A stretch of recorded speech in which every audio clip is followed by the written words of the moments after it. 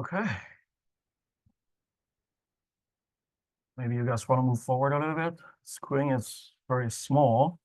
We're going to show a lot of demos in the class, so the screen is kind of small, I feel.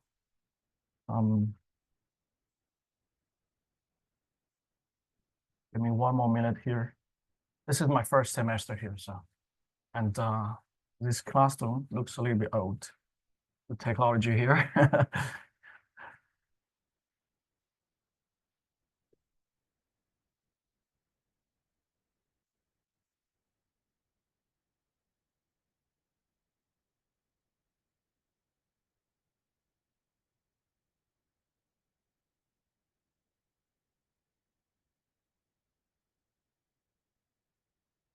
Okay, let's get started. So this is the 5770 software vulnerabilities and security costs. So if you want to be a binary hacker, you want to learn how to hack binary software, this is the right class for you. So my name is Zemin Zhao. I'm an associate professor in the College of Computer Sciences. This is actually my first semester at Northeastern. I just joined. This is my first week. So I'm still trying to figure out how everything works. So I will record everything in this class, and I usually put everything on YouTube. So I think it's recording right now, but I don't know if the sound is also recorded. So we will know later. Oops. Okay. So logistics. Like I said, I will put everything on YouTube. If it works, if it doesn't work, I try to figure it out next week. So even though I put everything on YouTube, I still expect you to be here every week because we have a lot of demos in the class. We are going to do a lot of hacking in the class, and sometimes I will help you step by step of those hacking because sometimes the hacking can get very tricky. You make one tiny mistake, you do not notice, and you get stuck there forever. Okay. So I hope you can bring your own laptop here. I say most of you have a laptop here because later you're going to log into my hacking platform and we will hack in the class. So I do not really use Canvas a lot. I only put Cinderburst there, and you will submit your homework there. The midterm and final you will submit there. Everything else will be on my own website, which is this link. We will have an online CTF platform for this class. I will show you later. I just set up yesterday, so there are maybe still some thing not working perfectly right now, but I tested today, at least for today's challenges, it works. Okay. So the class is almost 2 hours, so a little bit long. So usually we will take a break, take like 5 in the middle. And also, if you want to interrupt me, ask any questions, feel free to do so. We only have a very small class. I think 9 people sign up or 10. Yeah. Yeah, quick question. So you asked us to have a notebook. Is that to take notes in, or are there segments of the class where we need paper? It's more like take notes, Okay. but if you just want to use your laptop or iPad, that's fine too. Exactly. Because sometimes we're going to draw the memories for you to better understand what's going on. Yeah. Mhm. Okay. So a little bit about myself. So I work on cybersecurity. I mainly work on software and system security, all kinds of software and system security problems, from desktop platforms to low-end IoT devices, embedded systems. So desktop, mobile platforms, those are Windows, Linux, systems running on x86, running on ARM, and also embedded systems running on ARM Cortex-M. So a lot of my research right now going on was on those embedded systems. You can find my website, my lab's website, and this semester we will meet in this room twice a week, almost 2 hours each time. And the office hour is a little bit tricky because my office is actually off campus. I don't know how many of you know 177 next to Prudential's. You have been there? Yeah, but most of you haven't been there, right? So you know you have been there. So it's kind of like 15 minutes walk from the campus. So I'm thinking I probably will host the office hour after Tuesday's class. We just stay here or find anywhere, or you just shoot me an email or ping me on Slack later. Then we can just do it over Zoom, which is actually much easier because we are going to show a lot of demo on Zoom. I can share the screen. You can share the screen. So it can be much easier. So this is the Zoom link for the office hour, and I already put everything online on my webpage. So if you want to learn more about my research, you can also go to my website, my lab website, take a look what kind of papers we published recently. And if that's something you are interested in, we can even work together. So one of the reasons I teach this class is also to recruit PhD students, master students, or even undergraduates to work with me on research, also on CTFs. We play some capture the flag competition, play games, and also work on all kinds of research, all kinds of hacking. I put everything online. So this is our lab's YouTube channel. So I've been teaching this course at the University at Buffalo before. So I just joined from University of Buffalo. And I've been putting everything of this course online for years. So every year there will be something new. Even this semester, I will add a lot of new stuff there. But the skeleton, most of the stuff will be the same. So you can find all my lectures there and something else. So about my lab, I mainly work on systems and the software security. Like I said before, we work on all kinds of platforms from x86 to ARM Cortex-A.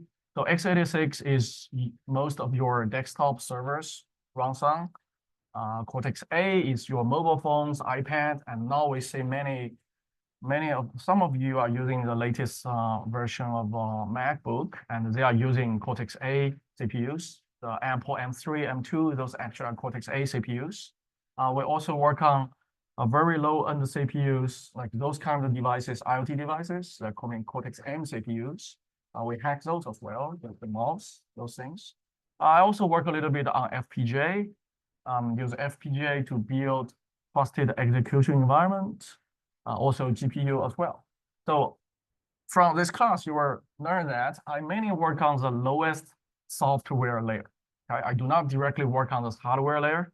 I work a little bit on hardware, like FPGA. You can see a little bit hardware, micro architectural attacks, such as cache side channel attacks. Those a little bit of hardware, but we're still attacking things from we're developing software to attack those things. So we're still working at the instruction set level. So a lot of what we're doing is to study the new features those hardware provide. For example, Intel, RISC-V, they provide a new hardware feature. They provide those hardware feature and those interface will be the instruction. Okay. So then we think about how we can use those instructions at operating system level, compiler level to automatically secure our applications and also OS. So that's what we do mainly. I do work on other areas as well. For example, machine learning security, deep learning security, how to use deep learning for security and also security in deep learning, security in large language model. Actually, in this class, you will do a lot of hacking, right? And one of my PhD students is working on can we instruct large language models to hack the challenges in this class. So far, we do not really believe large language model can solve all the challenges, but it is giving some positive results as well. I also work on car security a little bit. To me, car security is embedded system security. The ECUs are basically embedded systems. Also work on formal verification of crypto protocols, system code, also hacking, a lot of hacking. Not only hacking itself, but use hacking as an educational vehicle to do all kinds of research. So the platform you are looking at today is a platform I've been using for years, and we're developing a new platform to do hacking. So I do need a lot of students to help me to do research.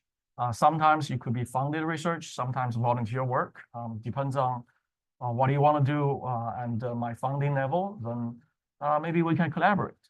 Okay, so if you are interested in this, feel free to talk with me anytime after this semester or even now.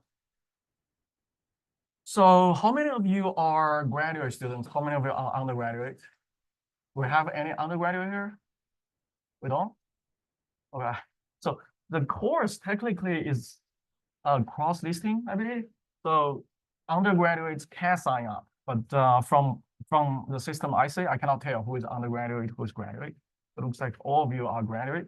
So I will invite you to a Slack channel. Then you can find me there anytime, okay? If you have any question, you can shoot me an email, or I actually prefer you to ask the question in the Slack channel. So when you ask a question, I answer, and someone else can see that, then probably answers the question to many other people as well. So we have a relatively small class this semester, only maybe 9 people, I believe. So the goal of this class is to provide you with good understanding of the theories, principles, techniques, and tools used for binary software and system hacking. Also, we talk about defense a little bit.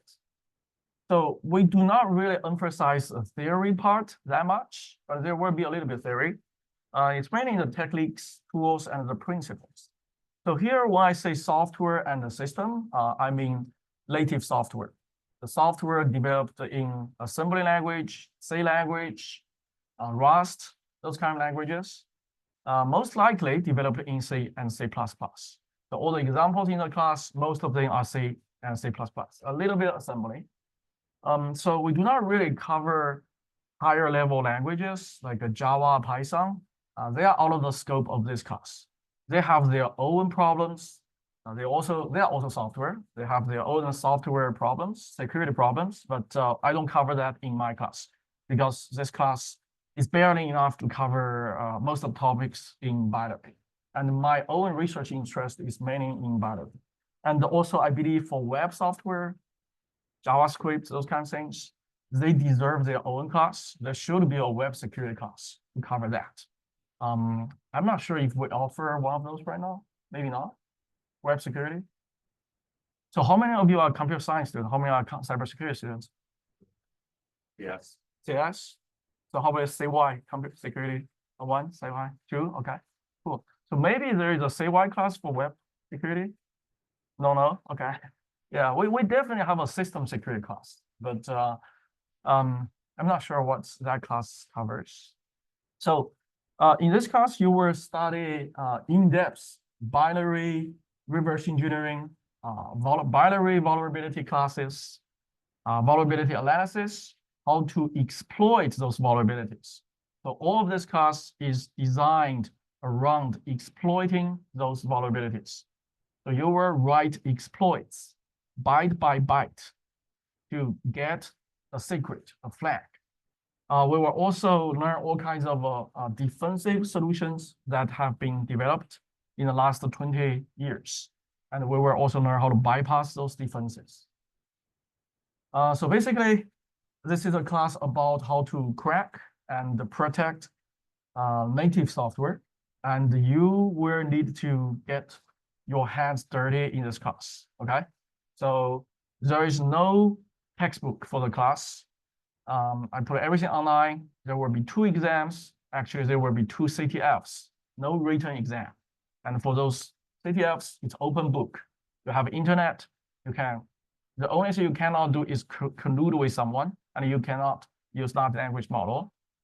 Then you can Google, you can even learn whatever you want in the exam, as long as you can crack the software.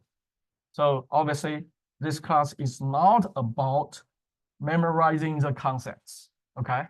So the concepts, the slides, the video recordings will be available to you during the exam, okay? They are available. You don't need to memorize anything, but you have to understand how things work. If you do not understand how things work, you're not going to get the facts. So I believe this is very much like the real world environment where you are really hacking anything. You will have the internet available. You will have everything available. It's just a challenge you have never seen. It's just a software no one have ever exploited yet. And you need to find the bug. You need to exploit the bug. So that's what we were doing in this class. So some of you may want to be a system or software security guy, or maybe you are already. And I think this class is one of the fundamental classes you have to take. To me, computer cybersecurity is part of computer science. I do not necessarily agree that we should separate them. I know I will have two programs, but to me, cybersecurity guys should be computer science guys who know more security than other people. Okay, so to take this class, you need some kind of C programming background. I do not require you have a lot of background, but at least you can read C code. You can identify some bugs in C code. So maybe courses like system programming cover a little bit C code, cover a little bit Linux programming. That will be very helpful. If you have been taking operating systems or compiler courses, that will also be very helpful. But I'm trying to make the class self-contained, so you don't need to take those courses before. So this class learns binary vulnerabilities, binary hacking, and how to manually exploit them, okay? You write exploits byte by byte, like I said. So after this class, sometimes I offer another class, which I call advanced software security. But if I don't have enough people taking this class, I probably will never offer that class. We need a pipeline of students. So only after you take this class, you will be able to understand what we do in the advanced software class. So in advanced software security class, what we do is we design systems, we design frameworks that can automatically discover and exploit the vulnerabilities, and also come up with advanced defensive solutions. So after these two classes, I believe you will be at the front line of cybersecurity research in terms of software and system, and you will be able to understand a lot of recent research papers, and you will even be able to contribute to those areas. So this week we only have one class. So I will talk about the class overview, logistics. Then we will go over some background knowledge. That will take more than today, actually. Today and next Tuesday, we will go over a lot of background knowledge. Something like compiler, linker, x86 architecture. So in this class, we mainly use x86, 32-bit and 64-bit. Yeah, you will hack both. And I'm trying to put more ARM challenges there, but it will take time. We have been developing ARM challenges for years. So all the challenges you are going to exploit in this class, I designed and programmed them myself. I've been developing this class for years. So we will talk about the Linux file permissions. The purpose of that is you will learn how our hacking platform works. Okay. Then set UID programs, memory map of Linux process. I think we will stop there today. After that, next Tuesday, we will talk about system calls. We're not talking about what system calls, the list of system calls. We talk about how system calls are implemented, how you can make system calls by writing binary code, by assembly code. Because when you hack something, you don't have the luxury to write C code. You just send the raw byte binary code. In environment variables, share variables, and some reverse engineering techniques. So that will be the first two classes the background. After that, next Thursday, we will jump into our first hacking topic, which is buffer overflow. And we will spend several weeks there because that will be your first hacking topic. It's a classic one. A lot to understand there. After you understand that one, things will become easier for the other vulnerabilities. Then we will move a little bit faster in the second half of the semester. Like I said, the real background knowledge you need is C programming language. You don't have to be an expert for C, but at least you should be able to read C, understand what's going on.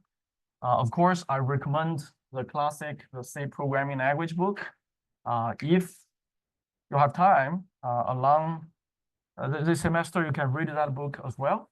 And you will find out that even the classic book, the examples they give in that classic book, they have the bugs we're talking about in this class. There are vulnerable examples in the classic book, right? So classes that help you understand systems programming, usually Linux and Unix programming environment, those kind of things, operating system.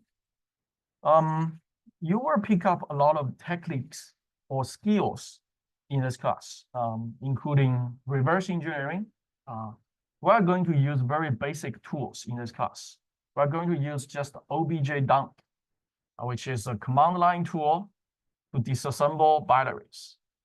There are many more advanced tools available, like IDA-Pro, which could cost thousands of bucks. And also there is a Ghidra developed by NSA. It's a free tool. You can use those tools. Ghidra probably will be easier to use.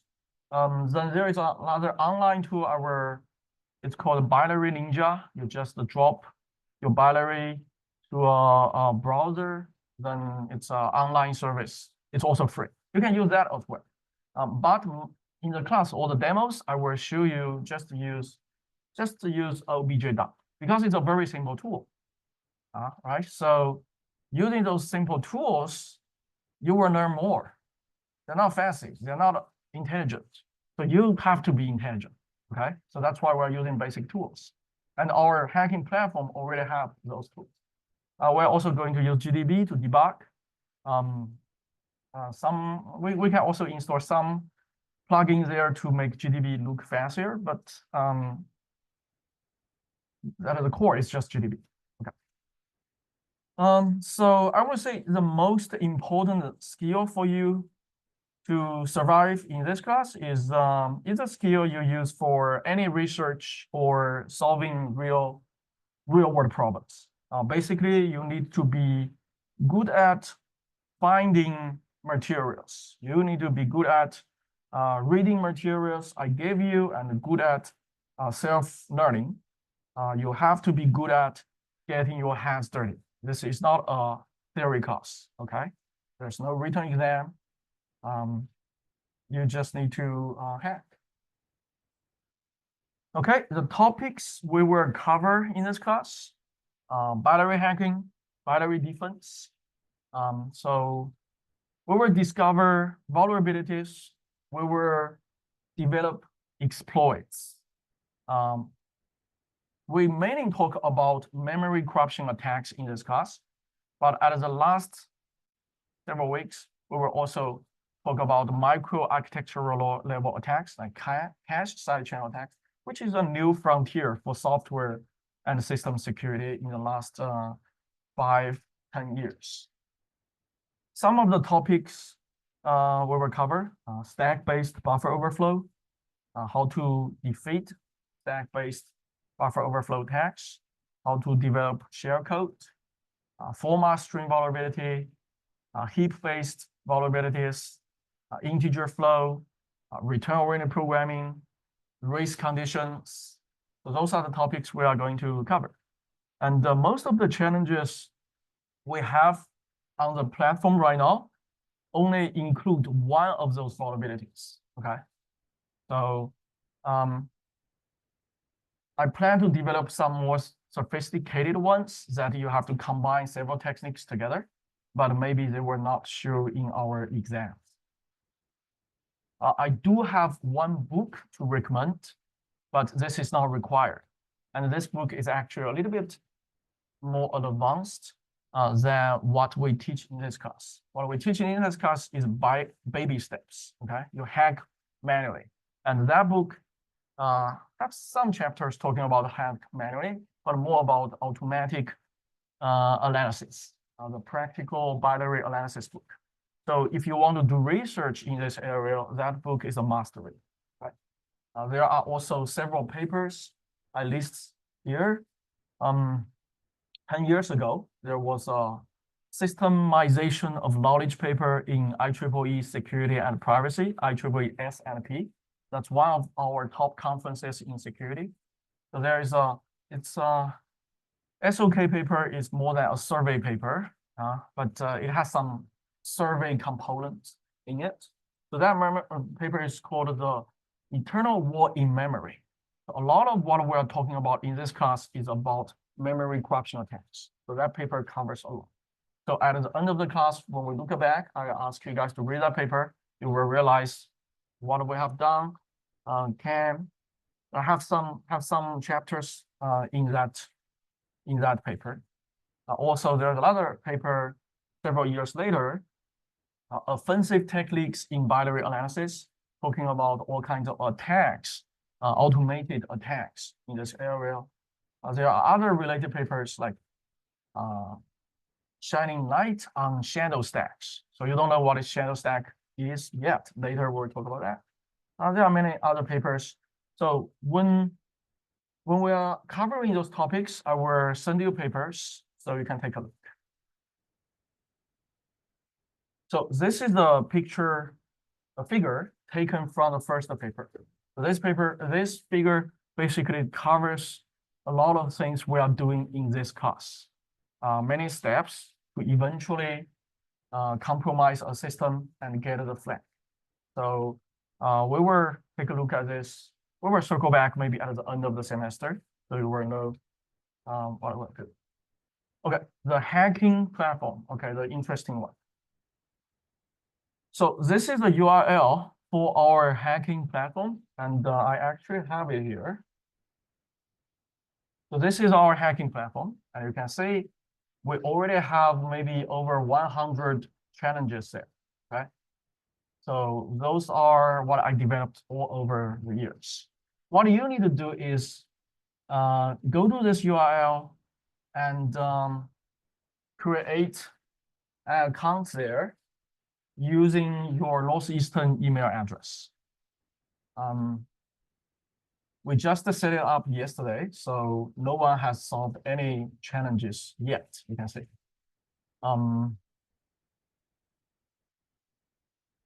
So I will show you later how it works. Today we're going to say several examples.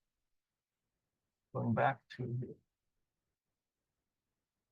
Yep. Should we be using just our names for the username, or can we put it? Doesn't matter. Yeah, doesn't matter. But you do need to tell me what your username is. Yeah.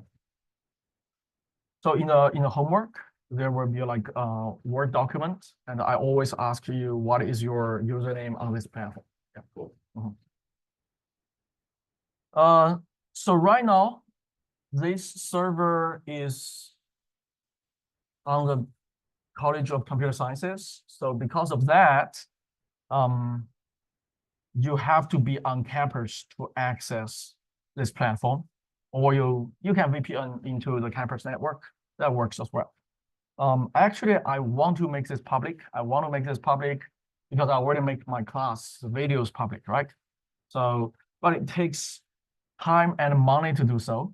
I do not have the funding to make it public yet. Right now, serving 100 students, that's doable. But if we make it public, there will be 10,000 people online at the same time. I don't know how much that will be. We are actually developing another system.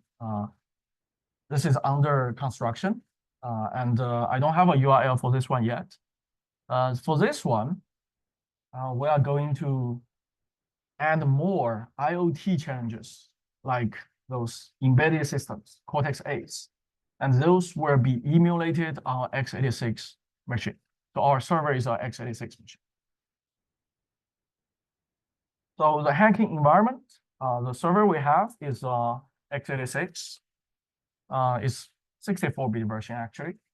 I will cover a little bit Cortex-A, Cortex-M in the class, but the server right now do not support that.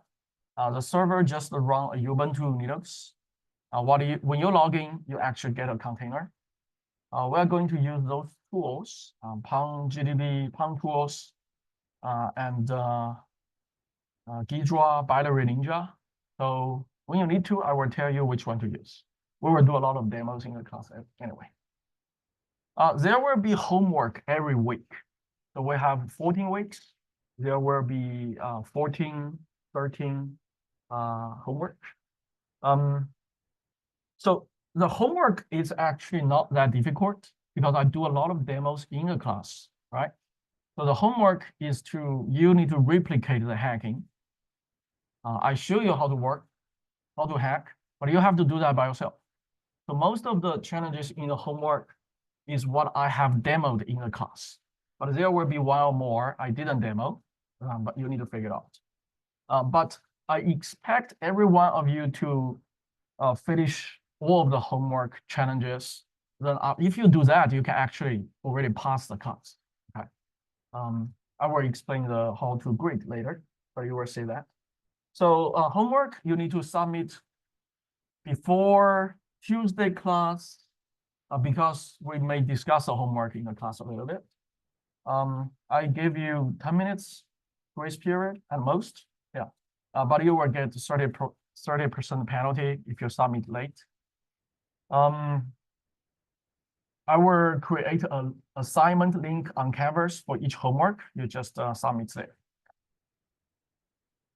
You also submit on our hacking platform, right?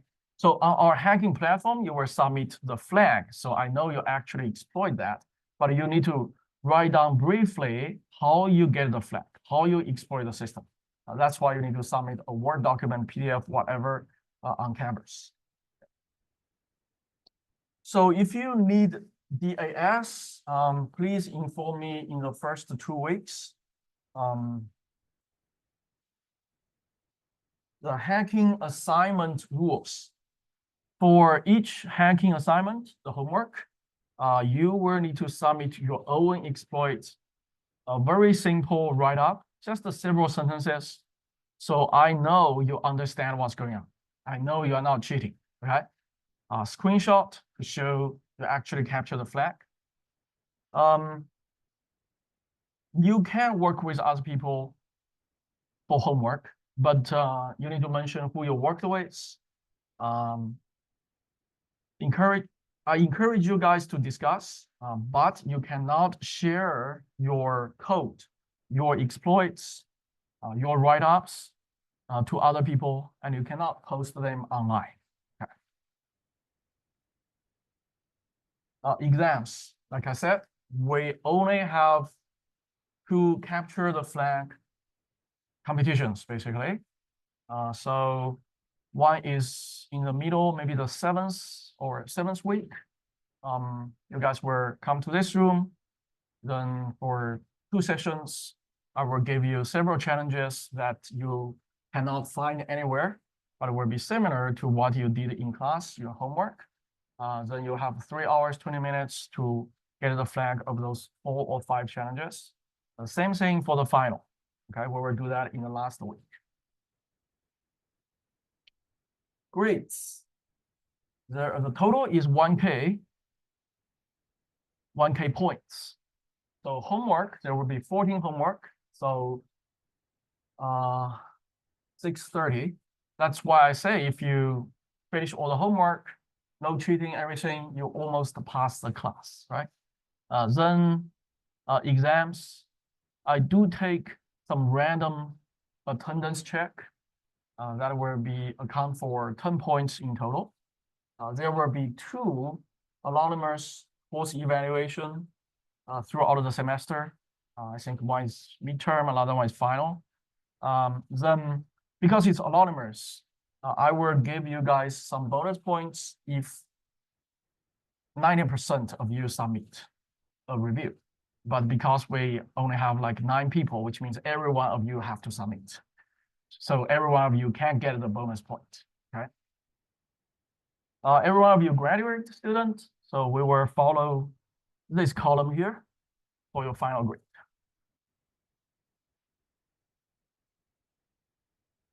Academic integrity. First of all, some of you may be new here, so you need to read the university policy, the college policy, and for my class, it's actually very simple because everything is open. The only rule is in the exams, in the CTF, you cannot collude. You cannot post the binary or challenge online on any hacking platform, ask someone to solve for you. That's illegal. Everything else is fine, okay? So technically it's not easy to cheat in this class, but if I do find you cheat in that way, right? So several years ago, I had a student who submitted 3 flags in the last 10 minutes of the final exam, right? And obviously, she's only getting the exploit from someone. They were not getting the flags from someone because every one of you, even though you are hacking the same challenge, you have a different flag, okay? Someone was sending them the flag, obviously, in the last 10 minutes. So in our system, we record everyone's input. So I know that the student didn't do much in the last 10 minutes, but just out of the blue, magically, they have the right exploit, which they cannot explain how it works, right? So that is obviously cheating.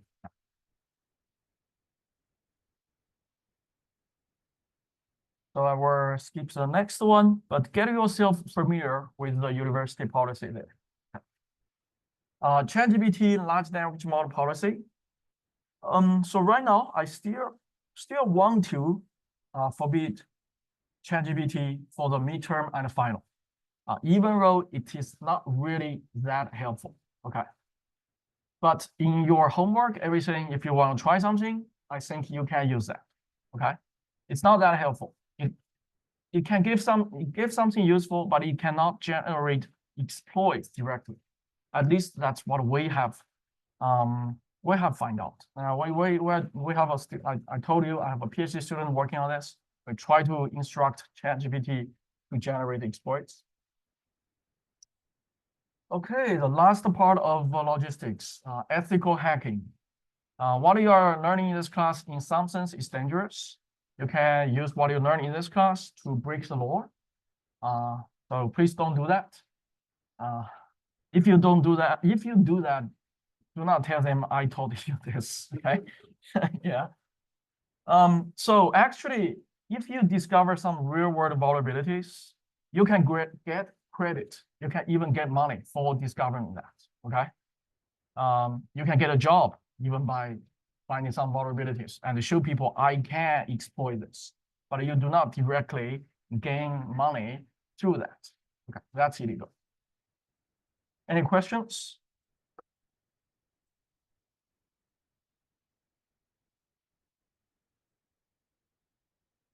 Logistics-wise, yeah.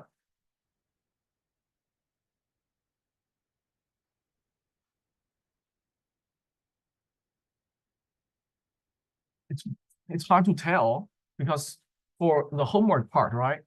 Most of the challenges in the homework, I already showed you a demo in class. So technically, you can do that in class with me, which will save you a lot of time after class. And I will put videos, everything online to help you, right? It's really hard to tell. Some people get stuck somewhere and do not understand what's going on. That happens a lot in hacking. You made a tiny mistake, and you may need to spend days debugging to find out what is a tiny mistake. Yeah. So I'm not sure if we are getting a TA for this class, but I will try to be available anytime you guys contact me. on Slack. I try to reply right away. Yeah. For the purposes of cementing knowledge, would you recommend that we go along with you as you're doing them in class, or would you recommend that we wait and then try it again on our own? You can do that, but sometimes we may go too fast that you cannot follow it. It's possible. Yeah. Okay. Some of the classes we may have like 20 or 30 minutes left. Then I will give you guys the time to work on that. And then I will walk around to help you guys. Okay. Yeah. Could you explain more about the CTF? I Yes. know nothing about it. So CTF is capture the flag. So do you know the physical capture the flag competition? The game? Yeah. Yeah. So in this software-based CTF, basically, there is some secret. Okay, the secret is called flag, and you need to show me you somehow extract the secret.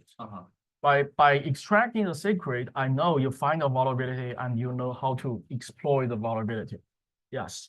So actually, I think later I will show you some examples. Good.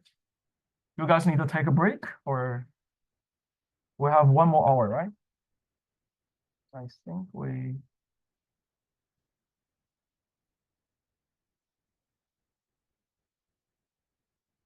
So the class. 4:30. We have 1 more hour, so we need to. Okay, let's move forward. Probably we will not be able to cover everything.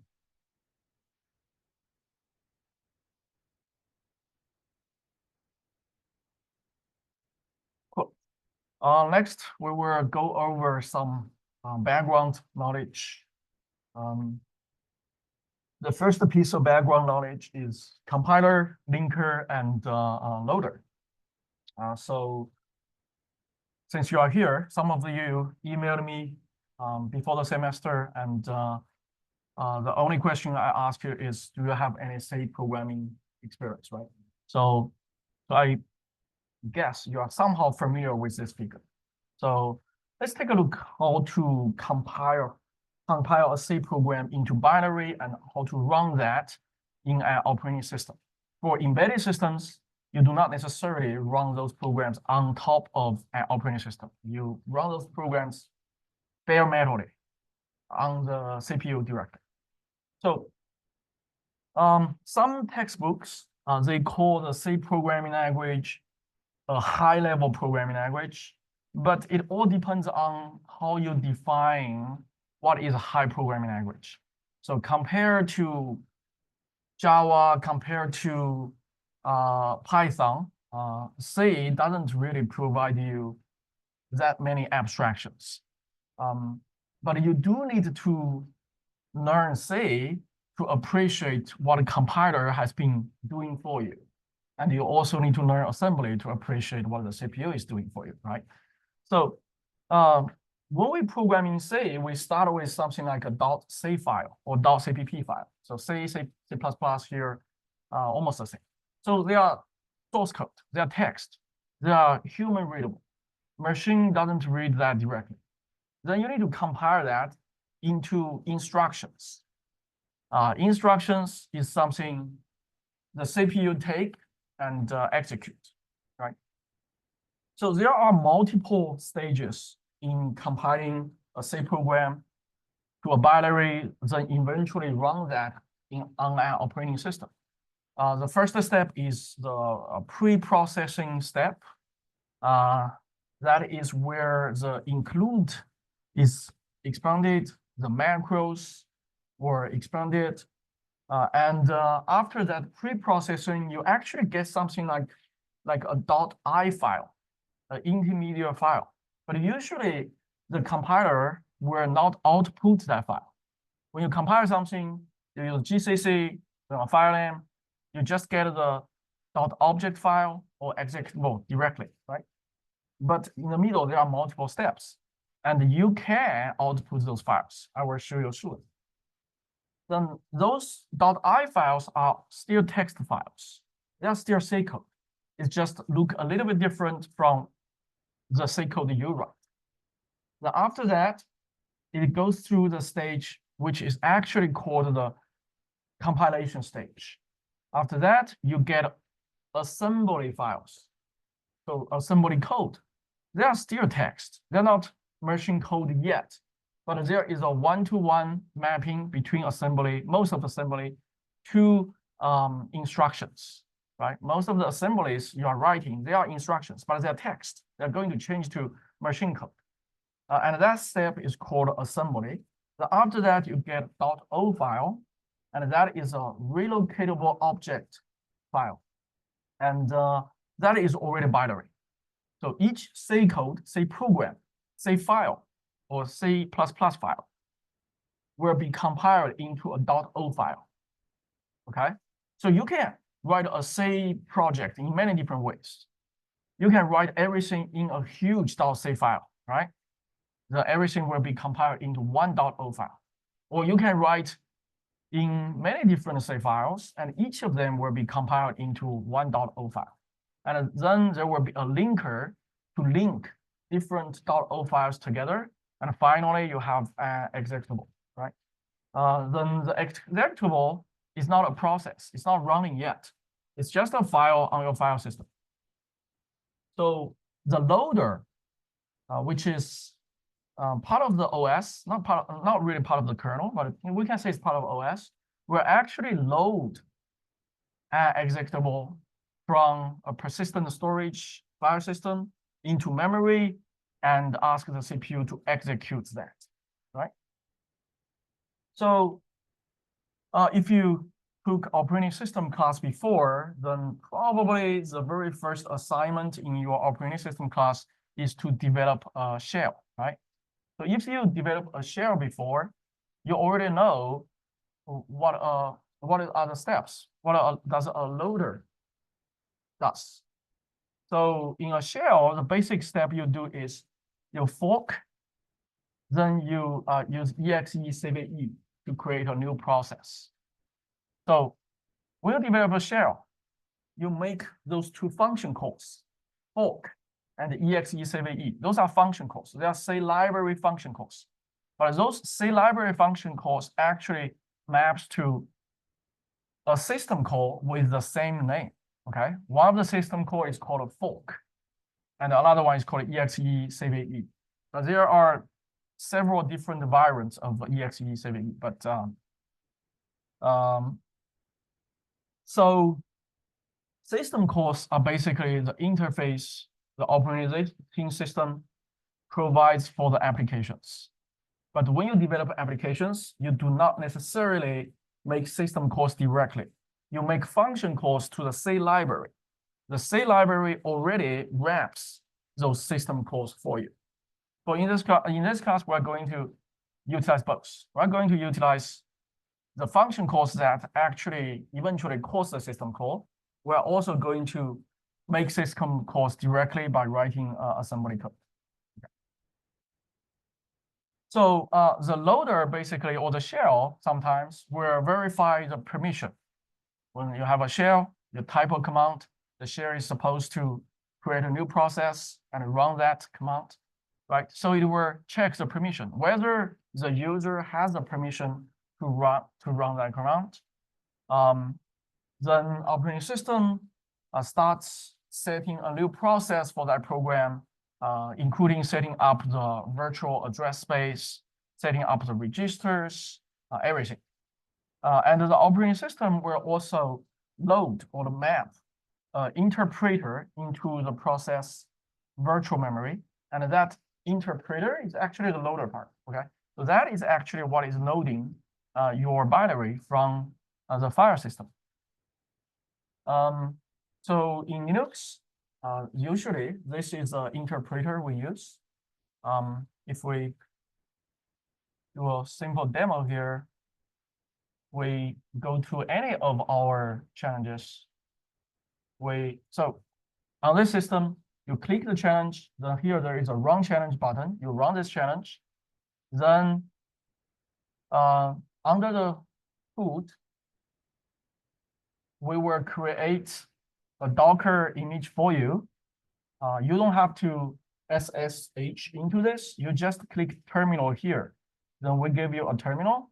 and you are connected to the Docker image. So make it very easy for you. You don't need to install anything. As long as you have a browser, you can hack. So for example, now we have this is a program, right?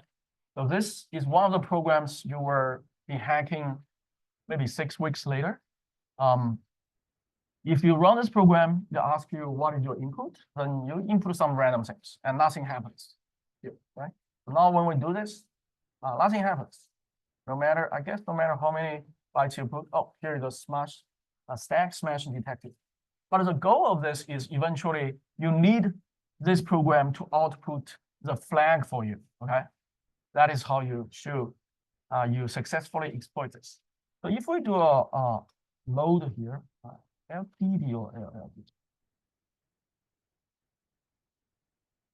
So we use the LDD command. You can say what libraries this program is loading. When you run this program, what libraries is loading? And you can say there is a libc library. So this is basically the C library. And there is a loader. This is an interpreter library, also loaded when you execute this program. There are also other libraries as well.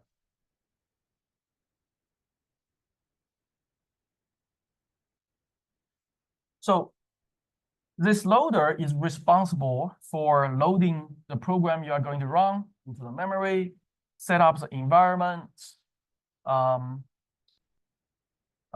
copy the command line arguments onto the stack of the new process, initialize the registers, setting up the stack registers. Then eventually it will jump to the program's entry point.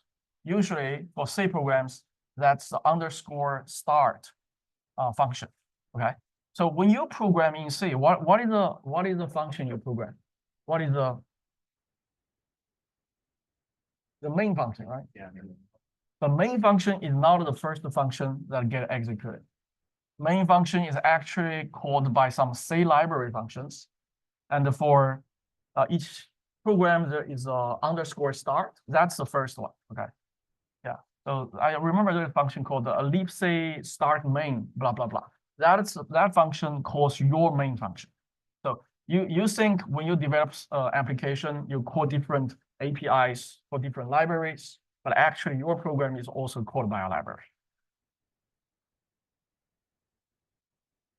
Okay, we will have our very first demo of this class. So we have a super simple program here, C program. We have two C functions, C files. One is add.c, and we have a header file as well. In the header file, we just declare there is an add function. Then there is an add.c file. This function, in this file, we have one simple function called add, basically adding two integers together plus adding a base there. Then we have the main function. The main function has a buffer integer overflow vulnerability, but that's not the focus of today. Okay?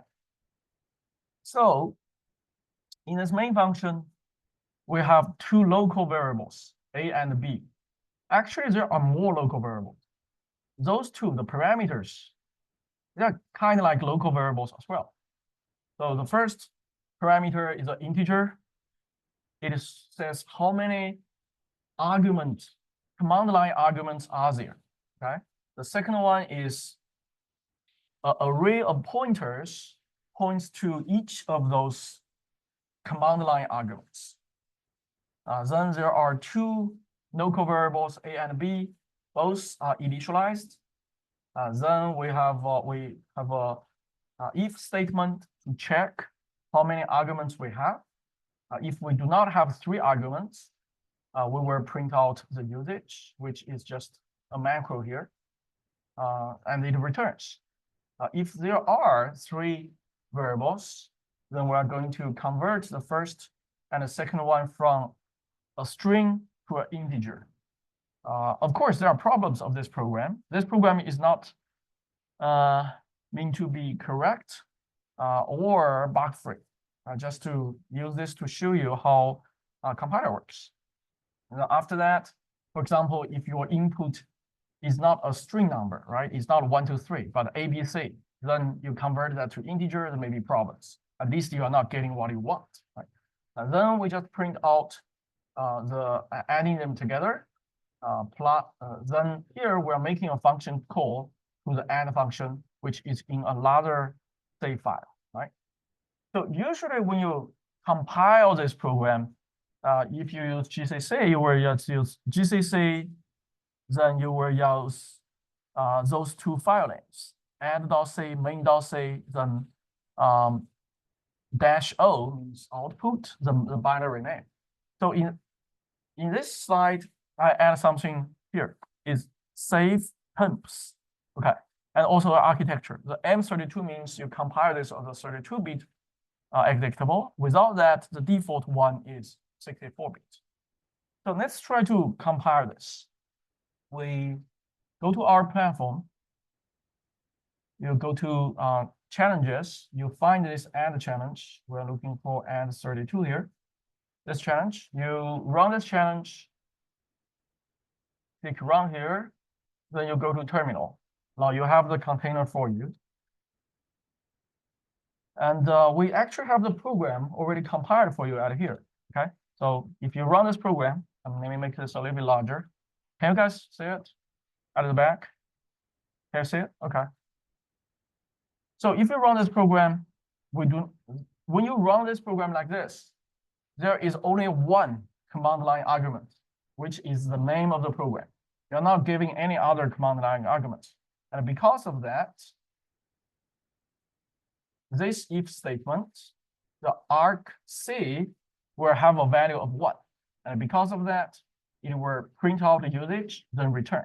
That's why we're saying this usage string here. If we put, let's say, more numbers there. Now we have 4 command line arguments, right? It will give us the same thing. Okay. So if we put 3 there, then it will actually calculate for us, right? So if we want to compile this program, I already put the source code for you under the code folder, which is root code folder. It's here. I already put 3 source code there. But you cannot directly compile here because you don't have permission to do that. For example, if we go to the add folder, you copy this GCC command, try to compile this. You don't really have permission to do that, okay? It's not you don't have the permission to read those save files, you do. But when you compile, you are going to create the binary file, some temp files. You don't have the right permission here. That's why permission denied. So what you need to do is you need to make a temporary directory. You can make a mk temp. Then -d, I believe. Okay. Then it will create a temp directory for you. Then you can just copy what you have here. Let's say we want to copy everything in this folder to that temp folder. That temp folder, you will have right permission, basically. We copy everything there. Cursive, yes. Okay. Now we go to the temp folder. You have everything here. You can compile here. So now you can see there is a make file. You don't have to use that make file. There is a C file, H file, and C file. The BC file, you can ignore that. So if we use the command way this, so there is an option I'm using here is called save temps, right? Let's remove that. We remove that save temps. We compile this. We get the binary, okay? That's the output. Nothing else. We're not getting anything else, right? Just the binary. That's the same binary I just showed you before, but you just compare it. No. Okay. But if we use a command I gave you in the slides with the save temps, you will see many other files, right? .s files, .i files, .o files. Yeah, many of you, I believe, as long as you program your C, you know .s files, .o files, but not many of you have ever seen .s file, .i files, right? So let's take a look at the dot. Next, this is a, let's say, this is a and.c file. This is the source code I wrote. Very simple, right? There is an include command. There is a define, right? But if we look at the .i file, there is no include anymore. Those pre-processing commands, the directives, they are gone. They are being expanded, right? So here you're including this file, but this actually only has a declaration of that function, which becomes this line. Okay, make it even bigger. Becomes this declare, right? Then this define doesn't exist anymore. Here there is a base. Base is replaced with that 50. So this is the .i file is after the pre-processing. Then .s file obviously is the assembly. This is the assembly code. And this is actually in AT&T syntax. In this class, we're going to use Intel syntax. AT&T syntax looks a little bit weird. And Linux systems, a lot of tools, they use AT&T syntax, but we can change to Intel syntax. Most of other platforms, they follow similar conventions as Intel syntax. That's why I prefer Intel syntax now, because it makes us easier to transition to other platforms. And you can see those are instructions, right? The under BR32, that's one instruction. That's a security related instruction where we talk about later in this class. This is another instruction, just an AND long instruction, another AND, and a return instruction. That's it. So the whole program actually only has like 5 instructions. The AND function only has 5 instructions. Everything else is just directives for the assembly. Yeah, they're not really instructions. So if we go to this file, this is a binary file, okay? If we do an obj dump of that file, obj -d means disassemble this. M Intel means we're going to use Intel syntax. Then 32. Okay, so this is how we can get the disassembly of the functions in this program. And you can see there are many functions, and most of those functions we didn't program them, right? Go back to our source code. We only programmed 2 functions. One is a main function, another one is an add function, right? So everything else was part of the C library, the compiler tool chain. We didn't really develop those. So this is one of the functions we developed, the add function. It only has those 5 instructions we saw just now. What we saw just now is assembly code. Here is disassembly code. So those are actual bytes for this platform. Those are actual bytes. So this instruction, this under BR32 is actually 4 bytes, like F3, 0F. The return instruction is just a 3, it's just 1 byte, okay? The other functions, let's say we can find the start function here somewhere. So this one, fitty, right? Underscore fitty, or something like underscore.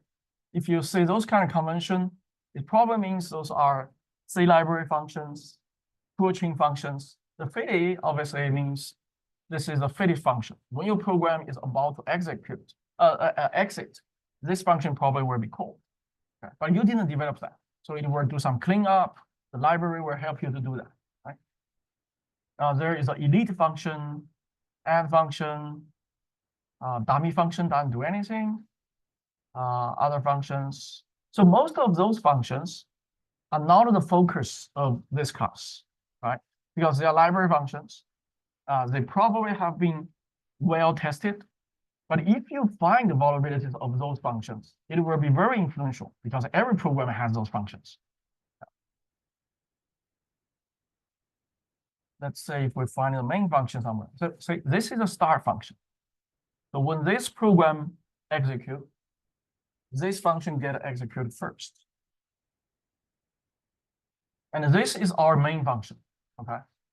So what we programmed here, this piece of code, eventually becomes those instructions.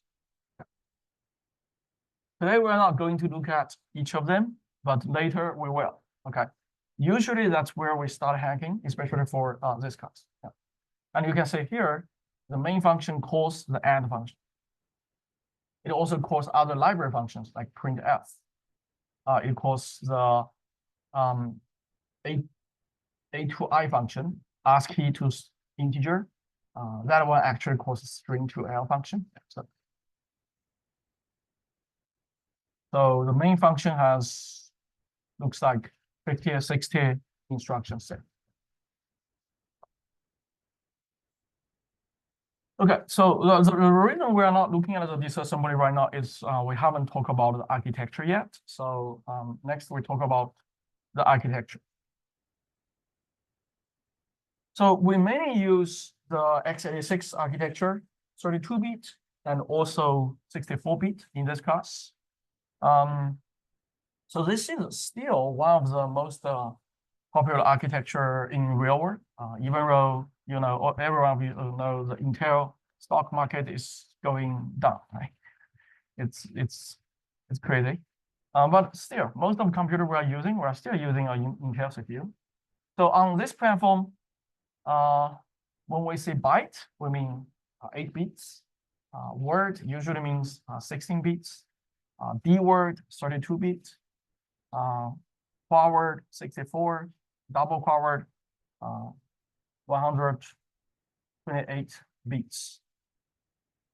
This platform use Little Endian. Both Intel and ARM architectures, most of architectures use Little Endian. I have been working on some embedded system use Big Endian. So how many of you know what it means? Little Endian, Big Endian. You still remember? Okay, you remember? Okay, you don't? Okay, good. I don't think I've learned. Okay, so basically, Little Endian means you are storing something more than 1 byte. Okay, let's say a D word, 4 bytes. You are saving those 4 bytes into the memory. What is the order you use to store them in the memory? Little Endian means the least significant byte has the lowest address. Big Endian means the least significant byte has the highest address. Let's say we have an address to save 4 bytes, starting from address 0. So the address we have is 0, 1, 2, 3, right? 4 bytes. The value we are trying to save is 78, 56, 32, 12 in hex. This is a hex value, right? So the most significant byte here is 78. The least significant byte is 12, right? So Little Endian means the least significant byte goes to the lowest address. The 4 bytes are reserved for this value. So technically, how many ways you can save this? You can save this in 4 times 3 times 4, which is 24 ways to save this, right? Technically. But the most widely used 2 approaches are those 2. Okay. So then 12, this is 1 byte. Because this is hex, that's why 2 digits is 1 byte. This byte goes to address 0. Then 34 goes to address 1, 56 goes to address 2, and 78 goes to address 3. Okay, That's basically what we're going to use in this class. And most architecture is this. Okay. Big endian is a reversed order. And this only applies to something has more than one byte. If you are storing a string, then each byte is actually independent. They are not a number. Right? It's just a string is just an array of bytes. So obviously the first one of that, the first character of that string goes to the lowest address. So in this Intel architecture, we have several base registers. Only for the 32-bit, only 8 general purpose registers. One flag register, we call them E flags. In the older version, the 16-bit version of the CPU, maybe 8286 or 8386, that register is called flags. The E, it means extended. Right? Then there is one 32-bit instruction point register. This register has the value of a memory address, and that memory address is the next instruction we're going to execute. Then there are some other special purpose registers. So let's first look at the general purpose registers. There are, like I said, there are 8 of them. There are A, B, C, D, AX, BX, CX, DX. Or the 32-bit version is actually called EAX, EBX, ECX, and EDX. Those are general purpose registers. This is compatible to older Intel CPUs, which could be 16 bits or even 8 bits. So 16-bit CPUs, they only have the registers of AX. They don't have EAX. So the lowest 8-bit of this register, we can also refer it as AL, the register A lower bit, or AH higher bit, the AX, EAX. Then we have ESI, EDI. So after you remember ABCD, there is SI, DI. SI is source index, DI is destination index. So sometimes they are used to store addresses. So for example, if you want to copy something, you put the source address in EXI, the destination address in EDI, something like that. But they are general purpose. They can do other things as well. Then there is ESP, which is a stack pointer, and EBP, the base pointer. So those two are not necessarily general purpose registers because they are usually used to do stack pointing, base pointing. And those two are related to security. A lot of the attacks we're doing is because we can manipulate those registers. You will learn that later.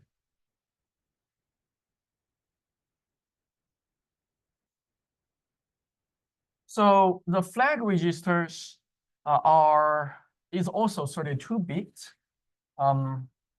There are some important bits like carry flags, parity flags, 0, sign. We do not need to go too deep into this, actually. The instruction pointer is very important. Like I said, this register holds the address of the next instruction to be executed. Very important.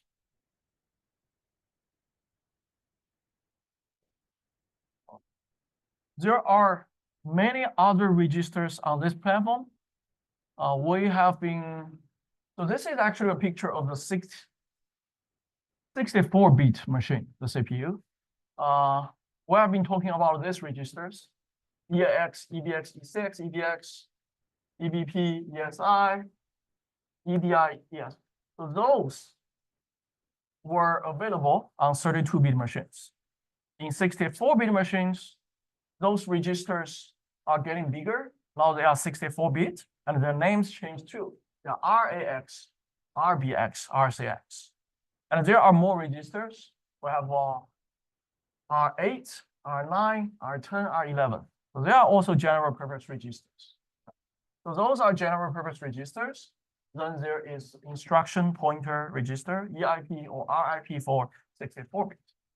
Then there are some system registers, the CR registers. In this class, we do not really use those registers much, but if you are kernel developers, if you are debugger developers, you're going to use those registers. Some of them are debugger. So here is debugger registers. Okay. So CR3 is actually very important. It is used by the memory management unit. I remember CR3. That's actually the address of the memory table is put in CR3. There are other registers, CS. Those registers are old, okay? The very early version of Intel CPUs has those registers. Now we are using them in a different way we used to work. In your OS class, you learn something called paging, right? You also learn something called segmentation, right? So segmentation methods use those registers before. So paging, we are using it in a different way. The OS also use those GDTR, IDTR registers. So GD is global descriptor, ID is interrupt descriptor. So they're related to interrupts. So those are, this is the flag register. E flags, R flags, that's what we use in this class. Then on this side, we actually have some other interesting registers. I think they were introduced in early 2000 or late 90s. Those called the multimedia registers. They are supposed to be longer, bigger, usually 128-bit or even bigger, because that time we have more multimedia on our PCs. So the CPU wants to handle those because our general registers are not big enough and fast enough to handle those. So they were introduced in so the XMM was introduced in early 2000, I believe. And now they are much bigger and many more new registers. So there are too many here. You don't have to remember everything. We were focused on the general ones. Next, we're going to look at some Intel instructions. We will use a lot of those instructions in this class. I will try to introduce the several today, but later, I don't remember all the instructions. No one can remember that, right? When you disassemble a program, when you analyze a program, you find an instruction you don't know, you just Google and try to understand what it does, okay? So in this architecture, each instruction is of this kind of a format. So we can have a label for that. This is optional. Then we have a name for that instruction. After that, it can have multiple operands, okay? So in Intel architecture, I think you can have up to 4 operands. That's it, yeah. But some of the instructions do not have operands. Depends on the instruction. The operand can be a number. A number is called an immediate value. It can be a register. It can be a memory address. So so here, oops, sorry. Let's look at several instructions. The first one is just a HLT port. So that one doesn't need one operand. It basically stops the CPU until the next external interrupt is fired. So when we program, we usually do not directly use that instructions. Then there is an INC instruction. Those are examples. INC is basically increase. And this instruction takes one operand, and that operand can be a memory address, or it can be a register. It will just add 1 to that register or memory address, the value. Or they will have an add instruction. This is the instruction, not the function we talked about. This instruction will add 2 values together It can be two registers. This is signed multiply, IMUL.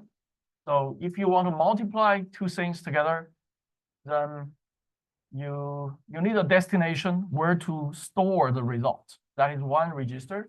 Then you have at least two other registers or memory or just the value. So in the Intel syntax, which we are going to use in this class, when we talk about syntax, I'm talking about the assembly language syntax, right? Because for the machine code, doesn't really matter. But the machine code is just those hex values. You cannot read that. To read machine code, you need to turn that machine code into assembly or disassembly, right? And when you turn that into disassembly, you can use different syntax. So when we use that cat, when we use that obj dump there, we were using, no, when we're using that cat to show that .s file, that .s file was actually using AT&T syntax. Okay, let me show you again.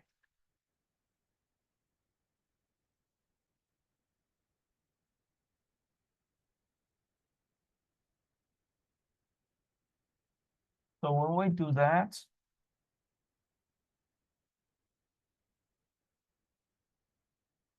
here, this is actually AT&T syntax. In this syntax, there is a prefix for the register names. The register in this case is EAX, right? But there is a percentage sign showing this is a register. And the destination in this syntax is a second operand. The source is the first one. So this is not the syntax we're going to use in the class. Instead of the syntax we use, so by the way, you can see here, the core of this function is just to add instructions, what we saw in the slides just now. So in the Intel syntax, we're looking at exactly the same thing, right? The bytes here are exactly the same. It's just the disassembly looks different. In this syntax, it's much cleaner, right? The instruction is just move, and there is no postfix here. There is no prefix in the register name. And the destination is always the first operand. So in this case, the destination is EAX. We're moving something into EAX. So, and we're adding something to EAX, add something to EAX again. So it's cleaner. That's why I prefer this syntax.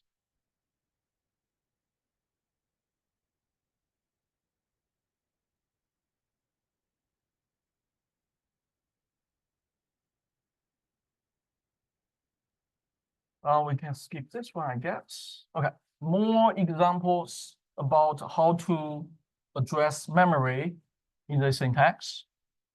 The first instruction, move bracket EAX EBX. So which one is the destination here? So because of the bracket, EAX is not really destination. Because of bracket, the destination EAX is what? Is a register, right? Because of bracket, the destination is actually a memory address, is a memory. But the memory address is in EAX. So we are moving the value inside EBX to memory, not to register. And the memory address is in EAX. Okay. Make sense? Okay.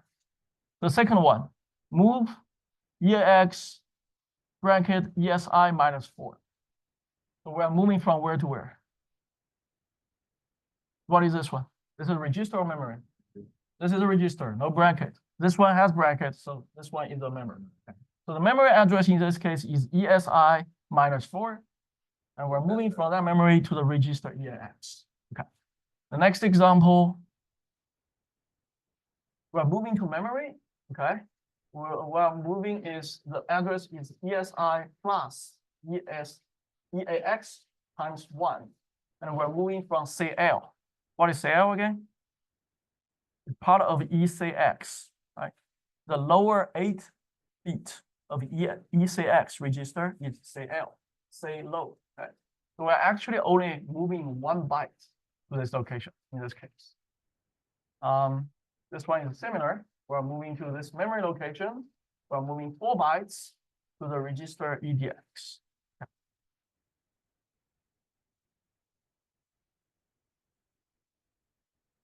More examples. This example, we're moving to this memory location. We're moving the value 2. Okay, what's the problem of this instruction or statement? Let me say statement. It's not really instruction yet.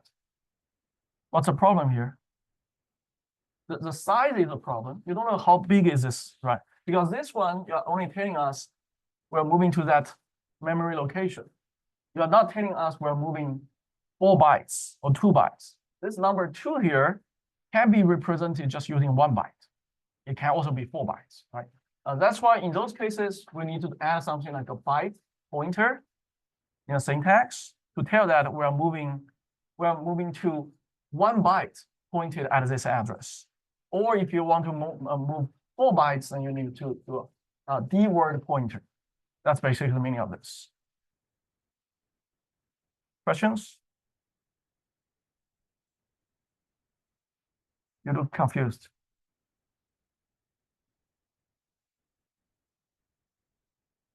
So this one, EBX, only tells you the memory location, right? But how many bytes you are moving? You don't know, right? Yeah, so that's why we need another piece of information to tell how many bytes we're moving. Yeah. In most cases, you are not going to write those code. You're just disassemble and read those code, so which will be easier. Several important instructions you have to learn. The first one is the move instruction, moving things around, moving from one register to another register, moving from one memory location to another memory location to another register, move to a, but there is no instruction to move from memory to memory, okay? There is no instruction to do that. At a circuit level, there is no circuit to do that, okay? So that's why the CPU doesn't support that. So if you want to move something from one memory location to another memory location, at the CPU level, at this architecture, you need to move it to a register first, then move to another memory location. Okay, that's 2 steps, not 1. That's why there are other techniques. For example, something called DMA, direct memory access, to do those kind of things. Okay.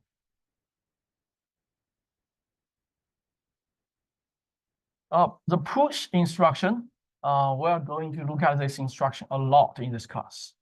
So the push instruction will only take one operand, which can be a register, memory location, or a value, okay?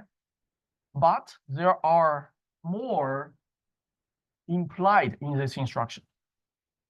So when you execute this instruction, the CPU will first decrement the ESP register by 4 bytes. That's implied implicitly, okay? When you look at this instruction, the register ESP was never mentioned in this instruction, okay? In the name, in this instruction, in the syntax, never mentioned. But when you do this, when you execute the instruction, ESP will be decremented by 4. Then whatever is the operand here will be placed at the location ESP points to. I will have more demos on this later, so you can clearly understand what's going on. Let's say if you want to push EAX, this instruction is push EAX, then you will move ESP by down 4 bytes, then put the value of EAX there. We're pushing something onto the stack, which is memory. Okay, stack is not register, it's memory. If you can also do a push address bracket, then you are pushing something from memory to another memory location. Wait, I thought we couldn't move from memory to memory. This is not a move instruction. This is a push instruction. Okay. Yes. The move instruction cannot do that. Yeah. The push instruction, it's very possible that it's actually going to, it may be a pseudo instruction that will be compiled into multiple different instructions to do that, actually. Yeah. So the reverse operation of push is the pop instruction. The pop instruction will just pop something from the stack the stack, where's the stack? It will pop whatever the ESP register points to the operand. Let's say your instruction here is pop EDI, then whatever ESP the register points to will go to the register EDI. Then ESP will increase for 4 bytes. That's what this instruction does. Another one is load effective address instruction. The name can be a little bit misleading. Usually this instruction is used for some quick calculation. For example, load effective address of EDI bracket EBX plus 4 times ESI. So what this instruction does is actually, so we're trying to load the address of the second part to EDI, right? But the second part is a memory location. The address of memory location is actually just in the bracket, this part. And we are loading the address. We're not loading the content. We're not really reading the memory. We're only getting the address. That's why this instruction is equivalent to compute EBX plus 4 times ESI, and the result goes to EDI. It has nothing to do with the memory. Okay, so it's actually for a quick calculation here, not really reading the memory. We will see this instruction sometimes, not many times. Other simple instructions, and instruction, subtract instruction, decrement instruction, integer multiply instruction, shift instruction. So you don't have to, like I said, you don't have to remember all of them. When you disassemble a piece of code, you just Google the instruction and understand each of them. Yeah. Another important instruction, which changes the control flow, is the jump instruction. It transfers the program control flow to the instruction at a memory location denoted by the operand. So there are 2 types of jumps. One we call it direct jump, when the destination you are jumping to is determined at linking or even before that, the compilation time. Okay, that is called a direct jump. So when you disassemble this piece of code, you see a jump instruction and you can say the destination. That is called a direct jump. Then we have an indirect jump, is jump to a register. So when you disassemble the code, you say jump EAX. So what's the problem of that? When you do static analysis, when you only look at the disassembly, you don't know where it jumps to because you don't know the value of EAX. The value of EAX only makes sense when you are about to execute this instruction. So that's why it's called an indirect jump. So jump basically changes the EIP register, the program counter register.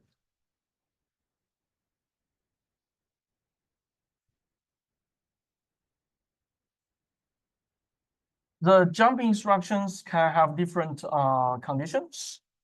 Means when the condition is only when the condition is met, we are going to make the jump. And there are many different conditions. When we at the before jump, we can compare something.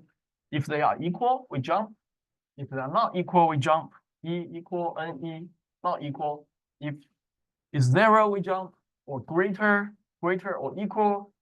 L less or equal, we jump. The different conditions.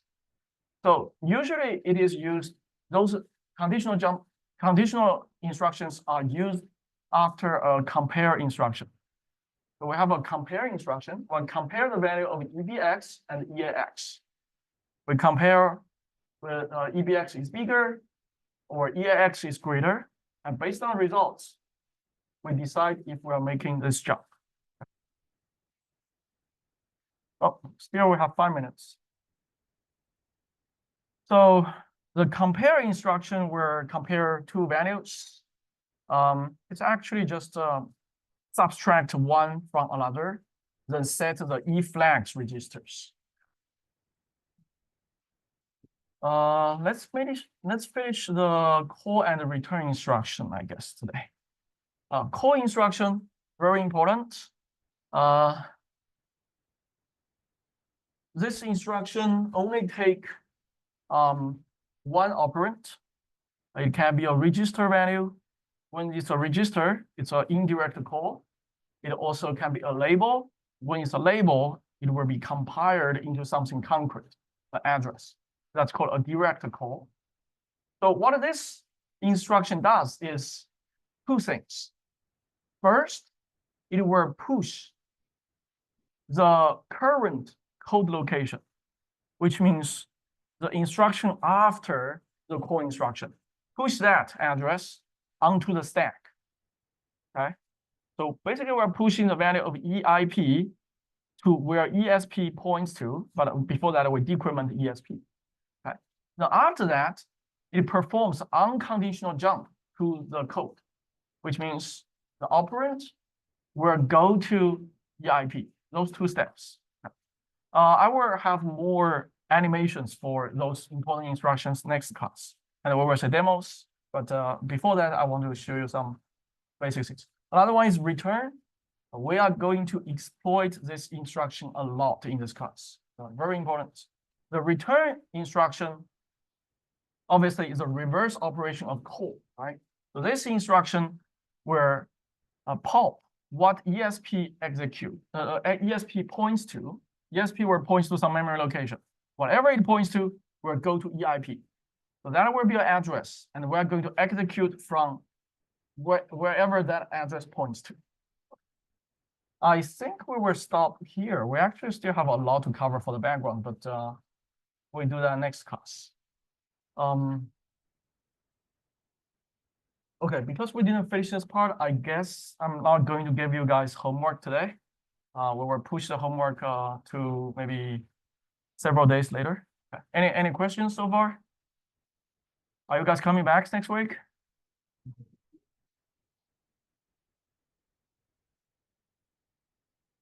So, like I just said, I mean, I will send you guys announcement tonight. So I will need to update the due date for homework one, basically. Yeah. I will add all of you to a Slack channel, and I will announce on Slack and also Canvas. Make sure you get the message. Yeah. Okay.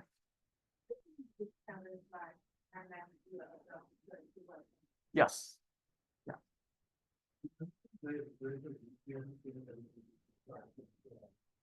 If you are on campus, like right now, you don't need that VPN. Yes. You just Google Northeastern VPN. It tells you how to VPN into the campus network. Then just use that domain name to access. Cool. Assembly language Not much. No. Only in the share code development course, I will give you a template. You will write some assembly. Just several instructions. Yeah. It's not like you are going to write a long 100 instruction non-program. No, yeah, not like that. Have a like very deep understanding of the register or something, but it's not covered in previous course, right? Yes. So you can see that next week where we're still talking about backgrounds, because I want to cover everything. This course is supposed to be self-contained. And how do we like combine the assembly language and the hacking or PDF together? Like you were in there. You were in there. Don't get ahead of yourself. Yeah, we will be there. Okay. Yeah. It's supposed to be a very fun class. Okay. Yes. I enjoyed doing this for years, and I hope you guys enjoy. So when I was teaching at Buffalo, usually I have like 60 or 70 students in the first class, and I try to scare them. So usually after the first class, maybe 40 come back, but whoever comes back, they really love the class. So if you can see my course review on my website. So last time I offered the class, I got a full like a 5 out of 5 review because they just love this class. Yes. Yeah. Even well, two guys failed the class actually. But they still came. Yeah, 2 guys failed. So hopefully you guys come back. Okay. Cool. Then see you next week.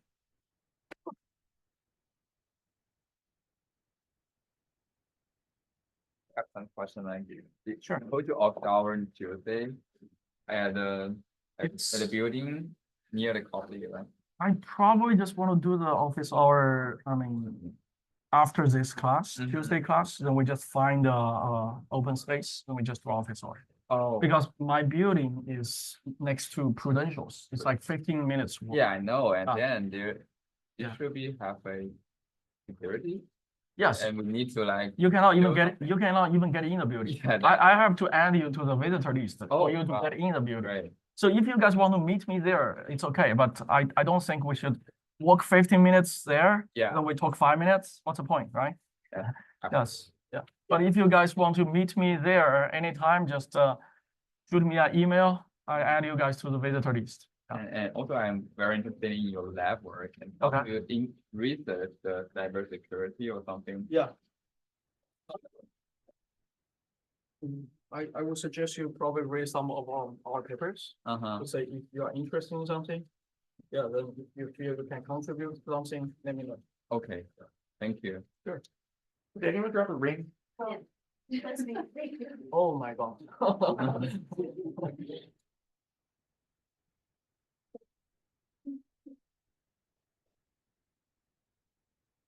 Very excited. Thank you for all your everything. Sure. Okay, see you next week. See you next week. Yeah. Professor, I just Yeah. have some questions. So, I didn't realize this from the course description, but it ended up I took a very similar course to this in my undergrad degree. Okay, Um, which one was that? so, well, it wasn't here, Okay, but it was a reverse engineering and vulnerability I analysis see. course Okay. covering, some of the same topics. Like we Okay. covered, buffer overflows, Okay. turn okay. operation for Do you ROP. actually do that? Yeah, or- we did Okay, ROP chains, we then- did, Okay, we defeated stack canaries in ASLR, okay, and then I we don't did- feel you need to take this one. Oh, Yeah, you it don't would have be a to. waste of my time. I think so, yeah, Oh, yeah, but you say I have like 100 challenges there, I don't know how many you did. Mhm.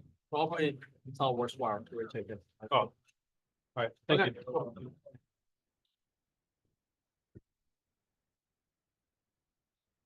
When is your guys' class? 4:35. 4:35? They only give me 5 minutes?